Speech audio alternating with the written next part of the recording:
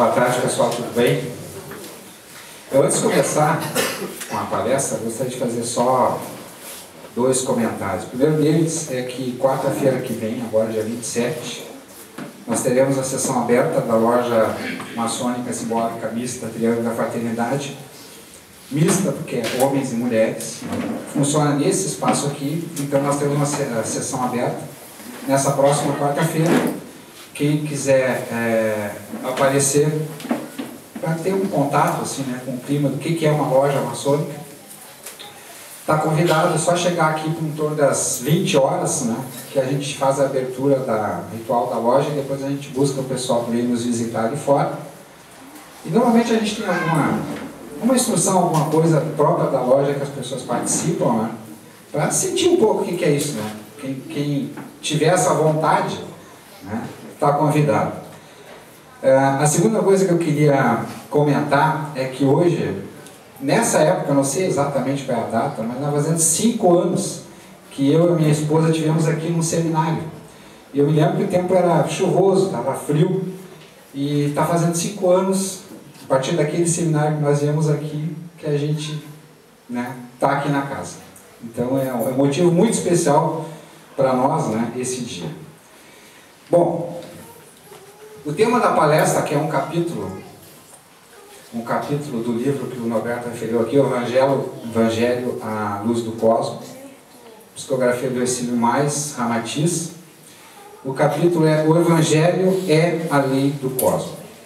Eu gostaria de começar lendo o início lá do Evangelho de São João, que diz assim: no princípio era o Verbo, e o Verbo estava com Deus, e o Verbo era Deus. Ele estava no princípio com Deus. Todas as coisas foram feitas por intermédio dele, e sem ele nada do que foi feito se fez. Então, eu gosto sempre de começar com algumas definições, né? O Evangelho é a lei do cosmos. Então, a primeira coisa que eu toquei, o que é cosmo? E uma definição que eu vou apresentar para vocês é a seguinte: cosmo deriva do grego cosmos e significa diversas coisas, entre elas disciplina, ordem, beleza, organização, harmonia. Mas fixem bem essa palavra ordem. É o universo em seu conjunto, estrutura universal em sua totalidade, desde o microcosmo ao macrocosmo. Cosmo é a totalidade de todas as coisas deste universo ordenado. De novo a palavra ordem, ordenado. Desde as estrelas até as partículas subatômicas. Já o universo, referido na definição do cosmo, é algo difícil de ser explicado ou medido. O universo seria o espaço e o tempo em que os planetas estão inseridos, inclusive o planeta Terra. O universo pode ser infinitamente grande ou conter outros universos, e sua extensão é difícil de ser calculada. São coisas assim difíceis para a gente imaginar, né? Eu acho que tem algumas coisas na vida que a gente prefere no nosso dia a dia não tratar. Um dos assuntos é esse, né? De onde é que a gente veio, como é que é? Como é que é isso, né? Onde é isso? Sei lá. O que é isso no qual a nossa consciência está inserida? O que é a Terra? O que é o nosso sistema solar? O que é o universo? O que é o cosmos? Como é que surgiu isso? O que é isso? Quantas vezes a gente se depara, olha de noite assim, né, para o céu, vê lá as estrelas, os planetas assim, e eu não sei, para mim me dá uma sensação assim de vazio, né? Sei lá, a gente se sente meio perdido olhando para aquilo tudo. O que é isso, né? O que é isso? Então, eu fui dar uma pesquisada assim, por cima, né? A gente não é técnico, mas fui dar uma pesquisada sobre essa coisa do universo, né? O que é o universo? Porque, como eu disse, a gente não costuma tratar disso assim, por exemplo, como a morte, né? A gente prefere não falar sobre o assunto. Então, mas vamos dar uma olhadinha nisso aqui. E assim, desde que apareceu, desde que foi concebido o universo, né, a teoria principal continua sendo hoje a teoria do Big Bang. Houve em determinado momento que a matéria, toda a matéria estava tão condensada em determinado ponto, né, toda ela, e ela explodiu. Deste momento até agora, né, há um cálculo que decorreu aproximadamente 15 bilhões de anos.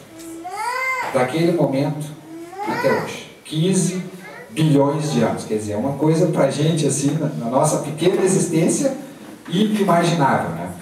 Mas, assim, num exercício de trazer isso mais próximo, uma coisa que seja inteligível para nós, né? O que é esse tempo todo? Então, alguns propõem o seguinte: vamos imaginar que todo esse tempo até agora é como se fosse um ano. Né? O calendário cósmico toda a idade do universo até agora em um ano. Para a gente ter uma ideia de grandeza, mas que a gente possa trazer para a nossa consciência e a gente possa compreender dentro de uma escala de valor mais próxima da gente. Então, assim, imaginemos, 1º de janeiro, início do universo, Big Bang, a grande explosão, né? Tudo que existia em determinado ponto se espalhou com uma força tremenda e uma temperatura tremenda para todos os lados. Então, o universo era muito pequeno, quente, denso, e passou a expandir. Então se formam as estrelas e as galáxias. Isso assim, né? Tão rapidinho, né? Não é assim, né? Quer dizer, isso é uma coisa muito lenta e basicamente funciona a partir do resfriamento, né? Então, toda essa matéria ou energia, toda ela se espalha, e como vai baixando a temperatura, conforme vai passando o tempo, né? A temperatura vai baixando, tudo isso vai, de uma forma ou de outra, vai se aglomerando em alguns pontos, né? Até um momento que isso está tão perto que a matéria que está ali se liga, né? Por aquela força gravitacional, aquela que toda a matéria atrai, que está perto dela, se liga e começa a formar, né, no movimento circular, formar os planetas, formar, né, as estrelas começam a ter essas reações atômicas, né, que elas estão sempre explodindo, né, lançando matéria para fora, tudo isso que a gente já sabe. Então, só para vocês terem uma ideia, desse primeiro dia, dessa primeira hora lá, daquela grande explosão, até a formação da Via Láctea, né, nós passamos de 1º de janeiro até 1º de maio. 1º de maio, formação da Via Láctea. A Via Láctea é a nossa galáxia, caminho, literalmente caminho de leite. Aí nós damos um pulo de maio dentro desse ano, vocês imaginam, começou lá em janeiro. Maio, formação da Via Láctea. 9 de setembro, vejam bem, passaram 8 meses dentro desse ano, e aí surge o Sistema Solar, que é onde nós estamos, o nosso planeta está inserido. O Sistema Solar, que é uma grande nebulosa que passou a se contrair pela gravidade. No núcleo quente surgiu o Sol. O resto formou planetas, cometas, asteroides, etc. Planetas rochosos e gasosos. 9 de setembro, dentro desse ano. No dia 14 de setembro, as coisas começam a acelerar um pouco, né? Dia 14 de setembro a gente tem a formação da Terra. Ao contrário do que às vezes os jornais parecem mostrar, ainda não temos uma teoria definitiva sobre essa questão da formação da Terra. Mais um pulinho, 25 de setembro. Origem da vida na Terra. A forma mais rudimentar de vida dentro desse ano, então, teria aparecido dia 25 de setembro. Passamos mais um pulinho, 2 de outubro, formação da rocha mais antiga encontrada na Terra. Outro pulinho, 9 de outubro, data dos fósseis mais antigos. 1º de novembro, ou seja, já passaram 10 meses. Invenção do sexo por micro-organismos. 12 de novembro, plantas fotossintéticas, plantas que começaram a se alimentar a partir da luz do sol. 15 de novembro, aparecem as primeiras células com núcleo. E aí já passamos para dezembro. Aí começa a coisa cada vez mais a se acelerar. Dezembro, hein? Já entramos no último mês desse ano cósmico. Aí aparece no dia 1º de dezembro, oxigênio significante na atmosfera. Dia 5, vulcanismo. Dia 17, nascem os invertebrados. Dia 18, plâncton. 19, vertebrados. 20, plantas começam a colonizar a Terra. 21, animais começam a colonizar a Terra. E assim vai até o dia 28, que eu marquei uma coisa interessante, né? No dia 27 é o período Jurássico. Né? A gente tem aqueles famosos, né, bichões grandões assim, que chamam a nossa atenção. Dia 27 é o período Jurássico. Dia 28 já é a extinção dos dinossauros. Primeiras flores. E dia 29 de dezembro surgem os primeiros primatas. E aí, gente, a gente vai entrar no dia 31 de dezembro, já o último dia desse ano. Vai ver como a coisa acelera, né? Às 13 horas e 30 minutos do dia 31 de dezembro desse ano hipotético que a gente está fazendo, é a origem do procônsul e do Ramapithecus, prováveis antepassados dos macacos e dos homens. Às 13 horas e 30 minutos do dia 31 de dezembro. Às 22 horas e 30 minutos estaria estimada a origem do homem. No último dia, né, na penúltima hora, teria surgido o homem. E aí começa toda aquela...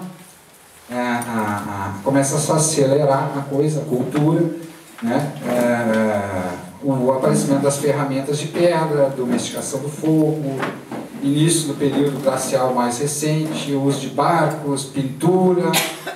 E aí, minha gente, nós entramos no último minuto do último dia do último mês desse ano hipotético.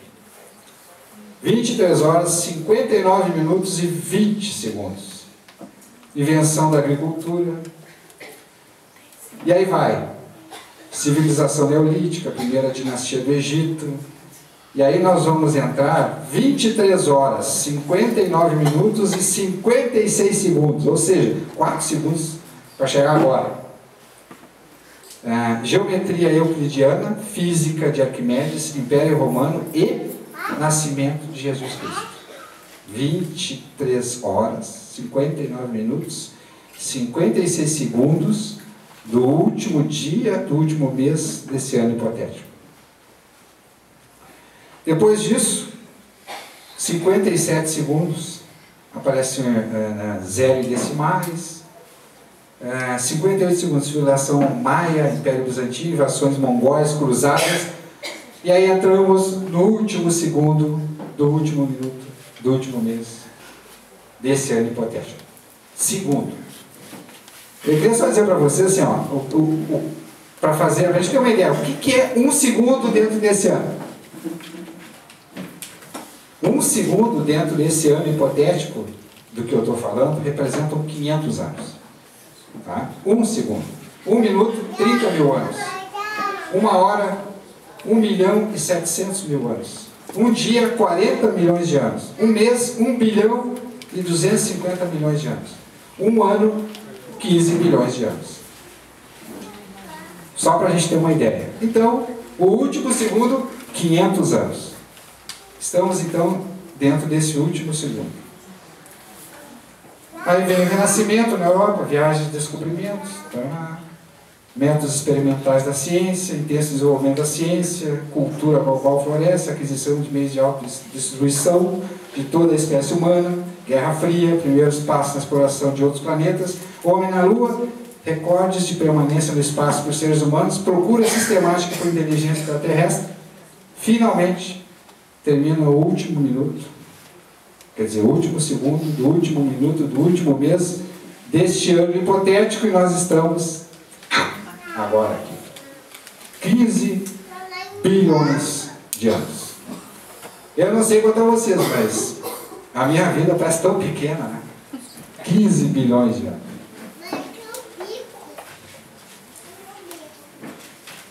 E o que tudo isso tem a ver com o assunto, né? O Evangelho é a lei do cosmos. Estava pesquisando eu para achar um sentido para isso, né? Para trazer essa ideia para vocês, traduzir essa ideia para vocês. Aí eu achei um pequeno parágrafo do Carlos Herdeiro, que é do Departamento de Física da Faculdade de Ciências da Universidade do Porto, Portugal.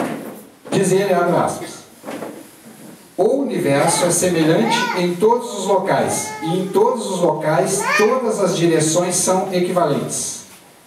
Essencialmente, isto diz-nos que o universo tem uma enorme simetria e deixa quase como único grau de liberdade para a dinâmica do universo um fator de escala que se representa como T e que nos informa de modo como o tamanho do universo varia com o tempo cósmico.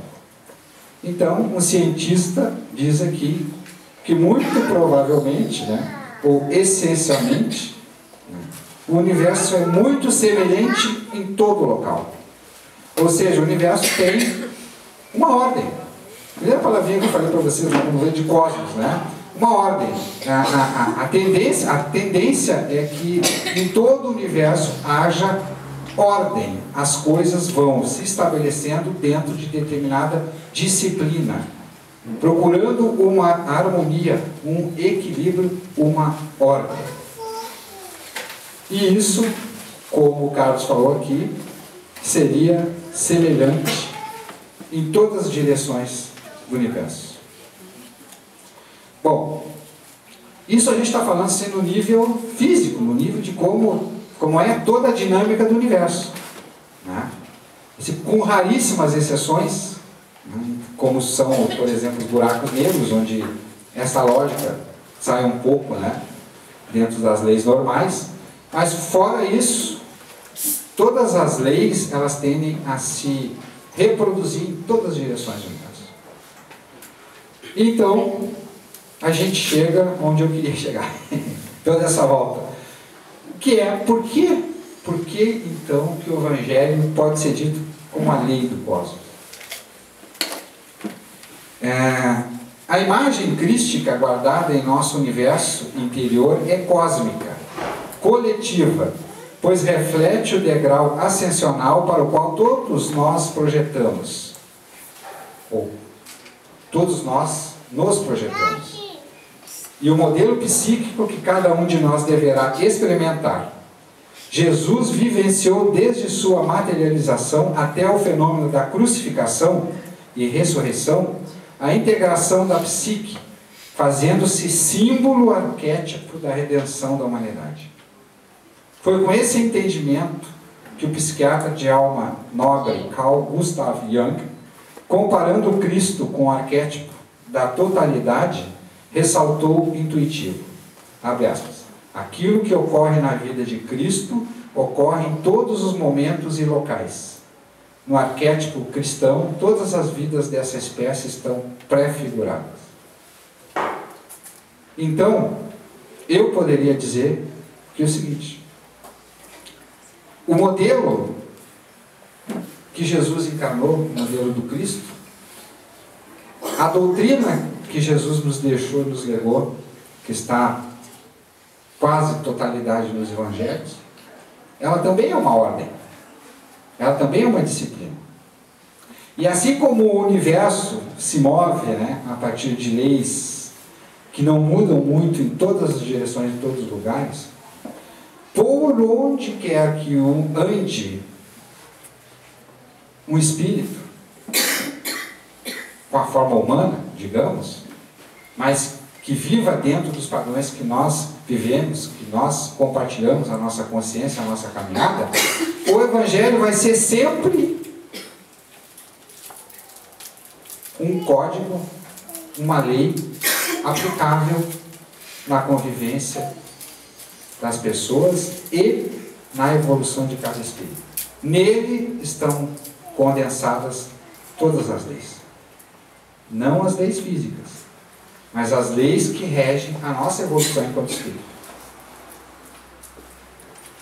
Ramatiz, no livro O Evangelho, a Luz do Cosmos, nos diz: o Evangelho não é simplesmente um repositório de máximas e advertências morais, nem somente código de preceitos exclusivos de qualquer instituição humana religiosa, devidamente credenciada para representar Deus na terra.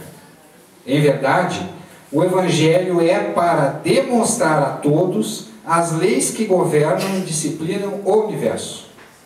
Os conceitos do Mestre Jesus, paralelamente à sua conduta e ação em comum, podem ser aceitos como um compêndio humano a expor os objetivos de Deus na sua criação.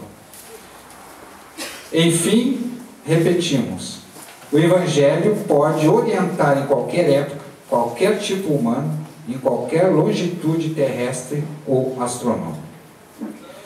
Eu me lembro com isso que esses dias atrás teve dentro do estudo sistematizado do Umbanda, tem uma era orixás, e eu me lembro que o Denis, naquele dia estava expondo aqui, escreveu aqui todos os orixás, né, e foi dando uma explicação sobre isso, né. E eu me lembro que ele chegou no fim, dizendo assim, basicamente, né, os orixás são uma forma, o meu modo de ver, né, uma forma de facilitar a nossa compreensão do todo, de tudo isso que a gente não entende.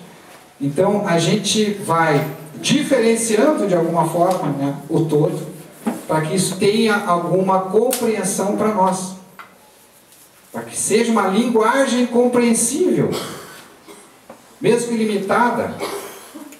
Então aí nós temos todos os orixás, os principais orixás, que são aspectos do divino, e que nós ligamos numa linguagem simbólica, né, e os vemos e trabalhamos dentro da nosso entendimento, por exemplo, com reinos da natureza, com elementos da natureza. E a partir disso, as pessoas podem vislumbrar momentos assim que elas estão em desequilíbrio dentro daquela linguagem dos orixás e procurar alguma solução para isso. E eu me lembro no final que o Denis, eu estou resumindo muito o que o Denis falou, mas o que me interessa é o seguinte, aí o Denis disse assim, tudo isso aqui, né, a resposta real para a pessoa chegar ao equilíbrio, a evoluir dentro do que é o plano de Deus, está aonde? Está aonde? Aí ele fez a setinha e escreveu o Evangelho. Então assim, gente, é uma redundância? É. Mas é que é muito difícil na prática a gente vivenciar o Evangelho. Aliás, eu posso estar errado, mas eu acho que a maioria das pessoas não tem nem o hábito de pegar o Evangelho, de ler o Evangelho.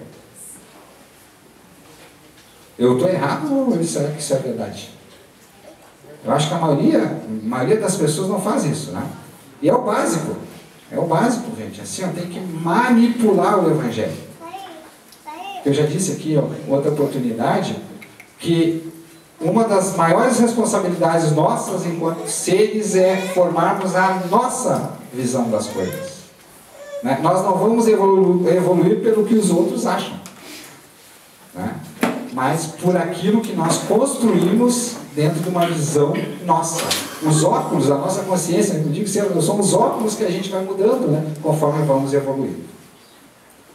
O Evangelho, portanto, é o caminho da evolução indicado pelo Criador à criatura, constituindo-se numa fonte íntima de libertação do Deus em nós. O homem evangelizado é a criatura que vive corretamente no seu mundo pequeno a mesma pulsação criativa e vibração sublime do mundo grande. Daí o motivo por que os velhos orientais já pregoavam há milênios que o macrocosmo está no microcosmo e que está em cima, está embaixo. Enquanto a ciência moderna aceita que o átomo é a miniatura de uma constelação e a constelação a amplitude do átomo. Integrando-se na vivência absoluta do Evangelho, o homem exercita-se no mundo transitório da matéria para assimilar e ajustar-se ao metabolismo da lei suprema do universo. Em consequência disso, os preceitos morais expostos por Jesus refletem também os princípios do próprio universo. Ou seja, se o universo tende a uma ordem dentro de determinadas leis, né, nós somos parte do universo. E nós também vamos evoluir dentro de uma determinada disciplina, dentro de um determinado caminho, querendo ou não.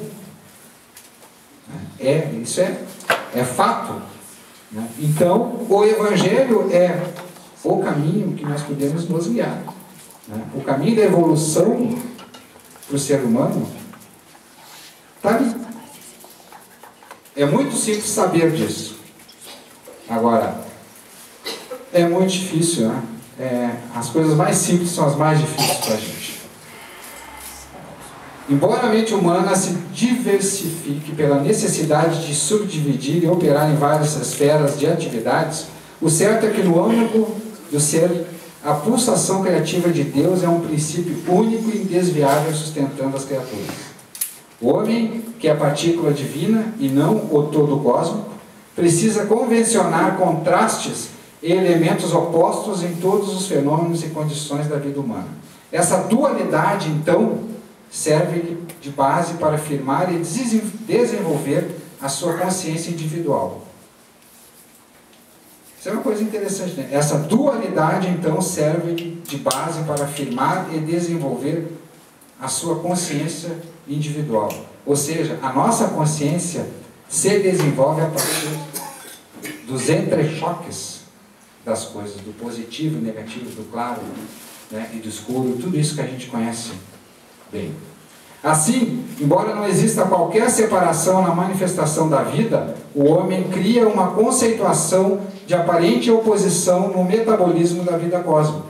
Mas o certo é que o universo fundamenta-se exclusivamente na imutável e irrevogável lei suprema, que disciplina sob um só metabolismo todos os fenômenos e acontecimentos da vida. Como é que nós estamos aí de horário? Terminou. Então eu vou dar uma atalhada aqui, gente, para a gente não extrapolar. Né? E só mais um parágrafo aqui. A vida de Jesus, tão sublime, correta, pacífica e vivida sob a força do amor criativo, teve por norma fundamental expor o resumo da lei de Deus. Jamais o Divino Mestre praticou um ato sequer de sua vida na qual buscasse primeiramente atender os próprios desejos. Nem mesmo quando disso dependesse sua aventura sideral. Nascendo num berço físico, ele já trazia no âmago de sua alma o esquema de apenas servir e ajudar o homem na sua redenção espiritual.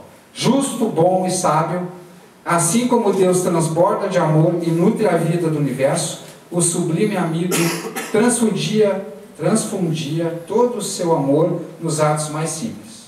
Em qualquer circunstância, ele se colocava sempre em último lugar no jogo dos interesses humanos, pois semelhante à lei do Pai, que promove indistintamente a felicidade de todos os seres, bastava-se a si mesmo. Então eu vou encerrar agradecendo a paciência de vocês, continuando lá o prólogo do Evangelho de São João. E o Verbo se fez carne e habitou entre nós, e vimos sua glória, glória como de unigênito do Pai, cheio de graça e de verdade. Obrigado. 10 minutos para perguntas, pessoal, se eles quiserem te perguntar direto. Pois não. 10 minutinhos, Gente, fiquem à vontade, temos 10 minutos aí de perguntas e respostas.